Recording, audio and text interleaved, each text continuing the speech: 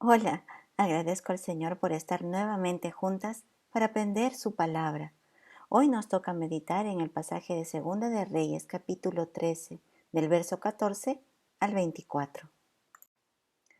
El rey Joás de Israel, al ver que Eliseo estaba enfermo y que al parecer pronto moriría, fue a buscarlo y llorando le dijo: Padre mío, carro de Israel y su gente de a caballo. Joás mostró respeto hacia el siervo de Dios, llamándole padre, a pesar de que ante los ojos del Señor hizo lo malo. Joás tenía un reconocimiento de Eliseo por su ministerio en Israel. Además, recordemos que Joás no era adorador de falsos dioses, sino que era un falso adorador de Dios, como dice un estudioso de la Biblia.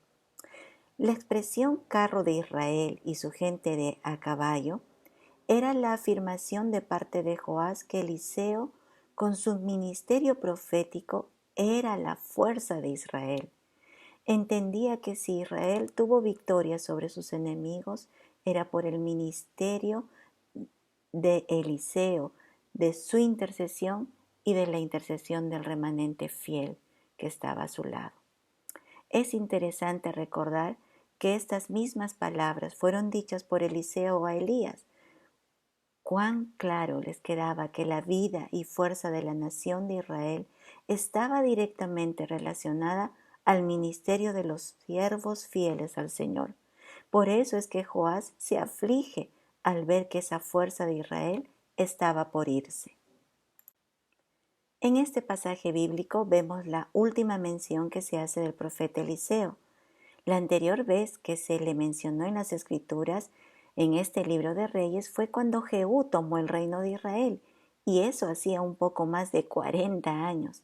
De hecho, en este periodo de tiempo, Eliseo no cesó de enseñar a la compañía de profetas la palabra del Señor, ni dejó de interceder en oración por su nación. Este es el mismo sentir que debe tener todo creyente, que es también ciudadano de un país. Este es el resumen de una vida con un propósito de valor en la tierra y hacia la eternidad. ¿Cuál? El de enseñar la palabra de Dios en todo tiempo y tener una vida de oración por la nación en la que el Señor le ha hecho nacer, para que cada día sea Dios exaltado con estas acciones. Una cosa es muy cierta: la iglesia es luz y sal en la tierra, y por el ministerio fiel que ejerza, el mal es detenido en el lugar donde se encuentre. Hoy en día estamos sufriendo muchas situaciones de maldad en nuestra nación. ¿Quién puede cambiar eso? Sí, Dios. Y la iglesia es su instrumento. ¿Cómo? Enseñando la palabra del Señor al que la desconoce y orando para que nuestro Dios actúe poderosamente en esta nación. Dios no ha cambiado, hermanas. Dios es el mismo ayer, hoy y por siempre. ¿Acaso no hemos visto que Dios daba victoria a quien Él quiere y entregaba a sus enemigos a quien lo había determinado? No importa si son más fuertes o más débiles, Dios es quien da la victoria al fuerte o al débil, al justo o al impío. Con tristeza veo que los creyentes caen en la resignación del avance del mal, cuando más bien está la iglesia llamada a batallar contra la maldad. ¿Acaso Dios no oyó la oración de Joacás cuando clamó a él?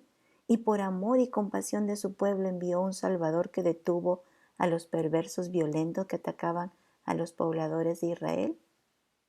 La pregunta es: ¿eres parte de ese remanente que clama al Señor para que las cosas terribles que suceden en nuestro país sean detenidas por la mano del Todopoderoso? Quizá tengas que cambiar la administración de tu tiempo y ser parte del precioso grupo que ora en el culto de oración de la iglesia. Volviendo a Joás, el rey de Israel, es evidente que respetó mucho a Eliseo y le dolía que pronto ya no podría contar con su presencia. Pero, ¿no hubiese sido mejor que se rindiera al Señor y le buscara de todo corazón? cuán bueno hubiese sido para el pueblo de Israel que su rey de Israel se hubiese convertido al Señor. Por eso el Señor nos enseña en el Nuevo Testamento a orar por la conversión de nuestros gobernantes y de aquellos que están en eminencia.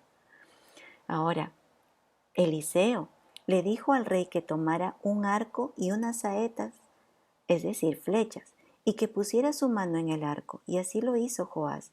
Eliseo puso su mano sobre la mano de Joás y le ordenó que tirara. Luego le dijo: saeta de salvación de Jehová y saeta de salvación contra Siria. Eliseo le estaba enseñando que la salvación viene del Señor, no de ningún hombre. Luego le dijo que tomara las saetas y que las lanzara. Joás lo hizo, pero solo tomó 3 flechas. Eliseo se enojó, porque la idea es que Joás vaciara su aljaba y confiara en que Dios actuaría a favor de Israel para librarlo de sus enemigos. Joás no usó de todas las armas que tenía a la mano, no fue esforzado. Dios nos ha dado armas espirituales a su pueblo, a su iglesia, para pelear contra el enemigo, contra los malos que se rebelan contra Dios. Si no usamos todos los recursos que el Señor nos ha dado para pelear la buena batalla de la fe, entonces nuestra victoria será parcial y no tardará mucho tiempo en que el mal, que no fue exterminado, vuelva a levantarse con fuerza contra la iglesia, contra los creyentes. Todo por falta de fe, falta de esfuerzo y de ser conscientes que nuestra lucha jamás se detiene, porque el enemigo es implacable. Es que nos cuesta entender con toda claridad que la vida en esta tierra es un campo de batalla contra el mal. Creemos que la idea de vivir en este mundo es para convertirlo en un paraíso, donde vivamos continuamente de vacaciones. Eso es una ilusión, es un espejismo, es un engaño carnal y satánico. Somos peregrinos en esta tierra. Cualquiera que afinca sus deseos, su corazón, sus deleites en este mundo, el cielo no es su herencia. En cambio, si este mundo en el que vivimos, pensando que somos pasajeros y que el gozo que disfrutamos hoy es por la esperanza en Cristo y por su gracia, que nos permite experimentar de bien, a pesar de que este mundo es hostil para el cristiano, entonces anhelaremos estar pronto en la patria celestial, porque en la presencia del Señor hay plenitud de gozo, un gozo que jamás en la tierra podremos experimentar. Aprendamos pues a vivir nuestra vocación de buenos soldados de Jesucristo aquí en la tierra. Vimos también en el pasaje leído que Eliseo estaba enfermo. A veces es difícil entender que un siervo fiel del Señor padezca enfermedad que lo lleve a la muerte, pero ha sucedido, sucede y sucederá. Muchas veces la enfermedad es un anuncio de que el Padre está llamando y también es una gracia que Dios concede a los cercanos a quien está enfermo, para hacerse la idea de que ya no estarán más en esta tierra. Pero es que se nos adelanta, solamente, se nos adelanta a disfrutar de la presencia del Señor. Las separaciones son tristes, dolorosas, pero encontramos consuelo en saber que estará en un mejor lugar. Por eso es tan necesario dejar ir al creyente que está postrado en enfermedad, si así es la voluntad del Señor. ¿Quién permite la enfermedad en los cuerpos de los santos? Sí, el Señor, no sin despropósito. Así que, si apareciera otra pandemia, que ya están anunciando los creadores de esta última, ¿cómo debe ser nuestra actitud ante ella? El Salmo 31:15 dice: en tus manos están mis tiempos. Nadie va a morir un día antes ni un día después de lo que el Señor ha determinado que sea el número de nuestros días en la tierra. Eliseo enfermó y de esa enfermedad murió y lo sepultaron. Luego de un tiempo, unos estaban sepultando a un hombre y súbitamente viene una banda armada y por el temor a esta arrojaron el cadáver en el sepulcro de Eliseo. Y al tocar el cadáver, los huesos de Eliseo, el hombre revivió, resucitó.